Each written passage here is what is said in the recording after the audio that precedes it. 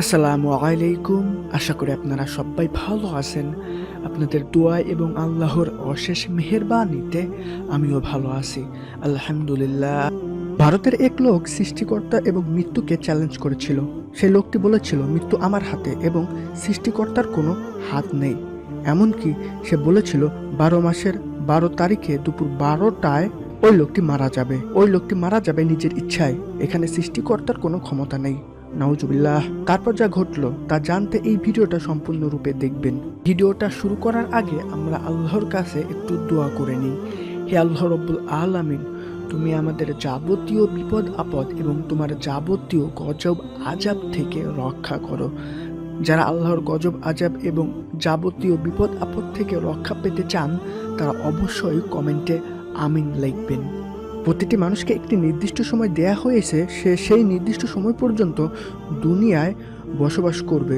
যখন আপনার সময় আসবে তখন 1 মিনিট আগেও না 1 মিনিট পরেও না মৃত্যুর ফেরেশতা একেবারে সঠিক সময়ে আপনার রূহ নেয়ার জন্য উপস্থিত হবেন। আপনার মৃত্যু কখন হবে তা একমাত্র আল্লাহ তাআলাই ভালো জানেন। আপনারা হয়তো জানেন সাম্প্রতিক সময়ে নতুন ট্রেন চালু হয়েছিল 12-12-12। আপনারা হয়তো এটাও জানেন যে দুর্ভাগ্যক্রমে অনেক মুসলিম ভাই ও বোনেরা এই 12-12-12 এর ট্রলে পড়েছিল।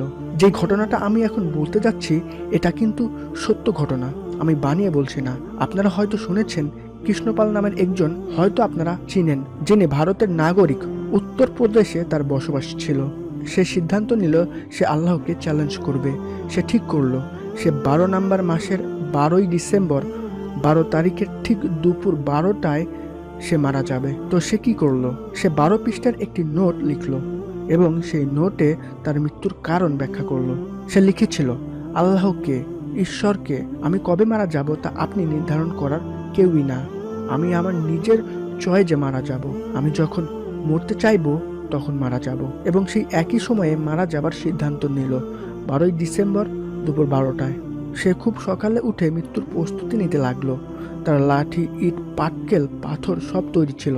সে পানির ট্যাঙ্কির উপরে উঠল এবং তার ইট, পাথর, লাঠি সবকিছুকে নিরাপদে রাখলো। সে তার 12 পৃষ্ঠার নোটটি তার সাথে করে নিল এবং পানির ট্যাঙ্কির উপরে চড়া শুরু করলো। যারা তাকে দেখেছিল, অর্থাৎ বুঝতেই পারছেন, সমগ্র শহরবাসী, সমস্ত গ্রামবাসী একত্র হয়েছে তাকে দেখার জন্য। পুলিশ বাহিনীও জানতে পেরে সেখানে পৌঁছে গেল এবং তাকে জিজ্ঞেস করলো, কেন তুমি এই কাজ করতে যাচ্ছ? তখন সে তার 12 পৃষ্ঠার নোটটি উপর থেকে ছুঁড়ে মারল। সেখানে স্পষ্ট করে লেখা ছিল, আমি যখন মরতে চাই তখন মারা যাব। আমি কখন মারা যাব তা একমাত্র আমি নির্ধারণ করব, আল্লাহ নয়। আমি নিজের মতো করে আমার জীবনে বেঁচেছি। আমি জীবনে কি করব না করব তা সম্পূর্ণ আমার ব্যাপার। সেখানে আল্লাহকে বা ঈশ্বরকে আমি এই মুহূর্তে মারা যেতে চাই। এরপর মানুষেরা তাকে নিচে নামার জন্য বারবার বলছিল। কেউ কেউ তাকে বাঁচানোর জন্য উপরে যাবার চেষ্টা করলো, টাঙ্কির উপরে। কিন্তু তখন সে সবাইকে লাঠি দিয়ে মারা শুরু করলো। তাদের দিকে ইট পাথর ছুঁড়তে লাগলো যাতে কেউ তার কাছে না যেতে পারে। সে পুরোপুরি 12-12-12-তে মারা যাবার সিদ্ধান্ত নিয়েছিল, ডিসেম্বরের 12 তারিখ দুপুর 12টায়। কিন্তু দেখুন আল্লাহর কি পরিকল্পনা। পুলিশ তাকে চাপ দিচ্ছিল, স্থানীয় মানুষ, সমাজ তাকে চাপ দিচ্ছিল এবং সে সেই চাপে পড়ে দুপুর 12টার বদলে সকাল 11টায় লাফ দিয়ে ফেলল 80 ফিট উচ্চতা থেকে। সে পড়ে মারা গেল। ভাই ও বোনেরা, এক আল্লাহ তাআলাই এ সম্পর্কে অবগত যে আপনি কবে, কোন দিন, কখন মারা যাবেন। আর এই ঘটনা থেকে আমরা একটা বিষয় শিখতে পারলাম, যদি আপনি একটা জিনিসের পরিকল্পনা করেন এবং সেই জিনিসটা যদি আল্লাহ আপনাকে দান না করে বা সেই বিষয়ে যদি আল্লাহ পরিকল্পনা না করে, তাহলে আপনি কোনো সময় ওই জিনিসটা পাবেন না। সেটা যে কোনো জিনিস হতে পারে। আল্লাহ তাআলা আমাদের বোঝার মতো তৌফিক দান করুক এবং আল্লাহ তাআলা আমাদের জান্নাতুল ফেরদৌস দান করুক, আমিন। আশা করি ভিডিওটা ভালো লেগেছে। যদি ভিডিওটা ভালো লেগে থাকে তাহলে অবশ্যই একটা লাইক দিবেন। যদি আপনারা মনে করেন এই ভিডিওটা খুবই গুরুত্বপূর্ণ তাহলে আপনাদের বন্ধু বান্ধবের সাথে শেয়ার করতে পারেন। এরকম আরও ভিডিও পাওয়ার জন্য অবশ্যই চ্যানেলটি সাবস্ক্রাইব করে রাখবেন।